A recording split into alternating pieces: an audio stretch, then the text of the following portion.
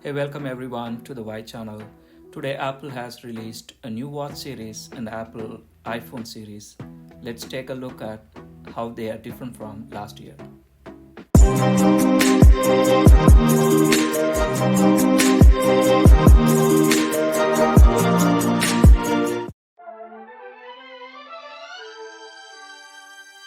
To start with Apple Watch Series 9, there is a new feature called Double Tap.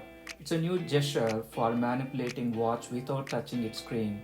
So using your watch hand, simply tap your index finger and thumb together twice without having to touch the Apple Watch display. This will let you take calls and also pausing and playing audio. There are multiple functions that you can do with this.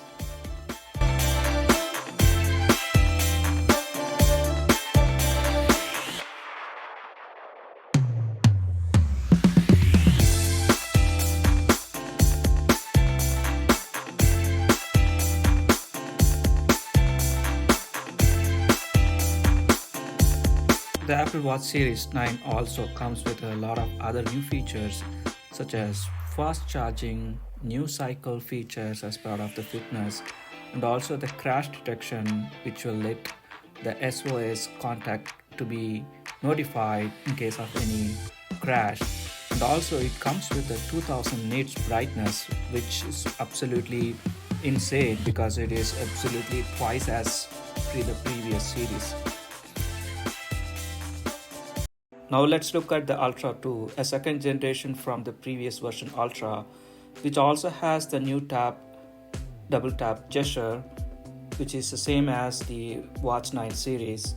But this has more brightness from last year, from 2000 nits to 3000 nits. And of course it comes with the S9 chip, and also it has the extended altitude from 500 meters underwater to 9000 meters above ground. So this has a few other additional features and also includes a cycle tracking and everything.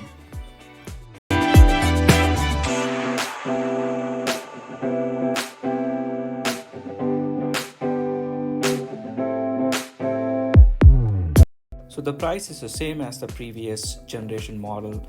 When it comes to Ultra 2, it's a $799 that comes with a GPS and cellular. Similarly, Watch 9 series has a $399 for GPS and $499 for GPS and cellular. Similarly, the SE has a $249 for GPS and $299 with the GPS and cellular.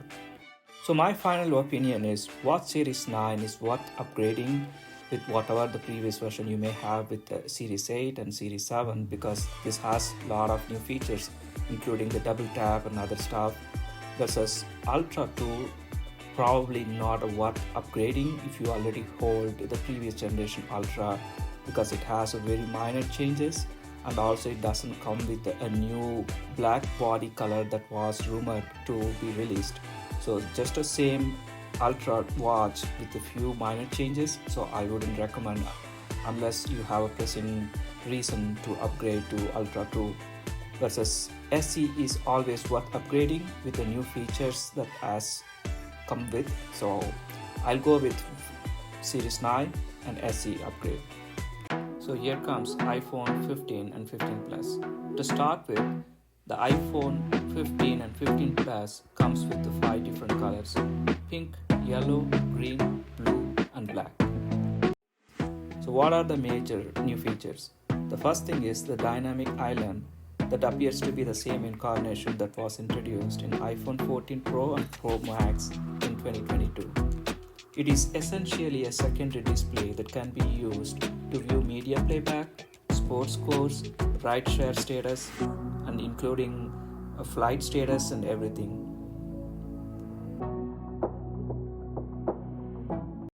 So the iPhone 15 and 15 Plus main camera is now 48 megapixel in addition to taking a higher resolution photos and videos. It allows to take a 2x telephoto zoom that is almost about 12 megapixels. That is a significant jump from iPhone 14 and 14 Plus.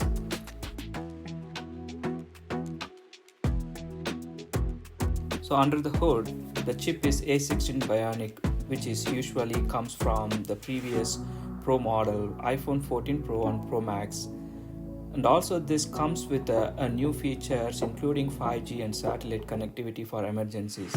So which means this is going to be more useful for roadside assistance via satellite because Apple is partnering with AAA in the US.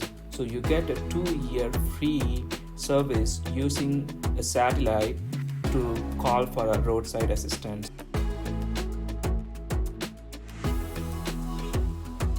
So there is no price increase from the last year. So the 15 comes with the $799 for 128 gigabytes, whereas 15 Plus is $899 for 128 gigabytes.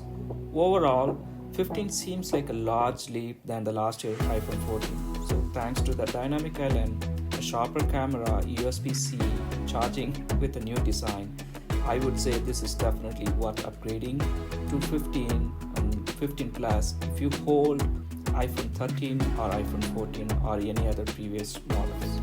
Save the best for last.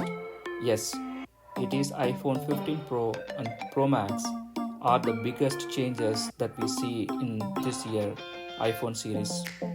It comes with 4 different colors: traditional black, traditional white, titanium, as well as blue titanium and natural titanium with gray tone. The biggest change comes with the body. It is a new titanium body which is much lighter than the stainless steel body that was used until the last year Pro model. So this is a brand new body for the iPhone 15 Pro series, and this is definitely a big change. And also the usual change with the USB-C. This comes with a 10 gigabyte speed. As usual, the Pro model gets a new chip which is A17 Pro Bionic. So this is going to be a much faster than the previous model. The other big change with the iPhone Pro series are the action button. The action button basically replaces the mute switch iPhones that had for years. By default, you can long press the mute and unmute. And also you can customize to trigger a number of shortcuts like turning on a flashlight, recording a voice memo, or even opening a camera. And obviously the camera are the biggest attraction of iPhone series, especially the Pro models. So the 15 Pro comes with the advanced 48 megapixel camera than its predecessor of shoot at the larger sensor. So basically it retains the predecessor's 3x telephoto camera, which is equivalent to 70mm lens, while the Pro Max has a 5x optical zoom, which is equivalent to 12mm lens. The Pro series also comes with plenty of other features like a spatial video capture, which is basically using multiple cameras to take videos with the depth that can be used in an Apple Vision Pro AR VR headset. So that is another big advantage having the Pro series, right? The good thing about Apple Pro series are the same price as last year. Unlike the speculation was there will be an increase in the price. So it's basically $999 for 128 gigabytes and $1199 for 256 gigabytes. This is definitely worth upgrading if you hold iPhone 13 or the previous model.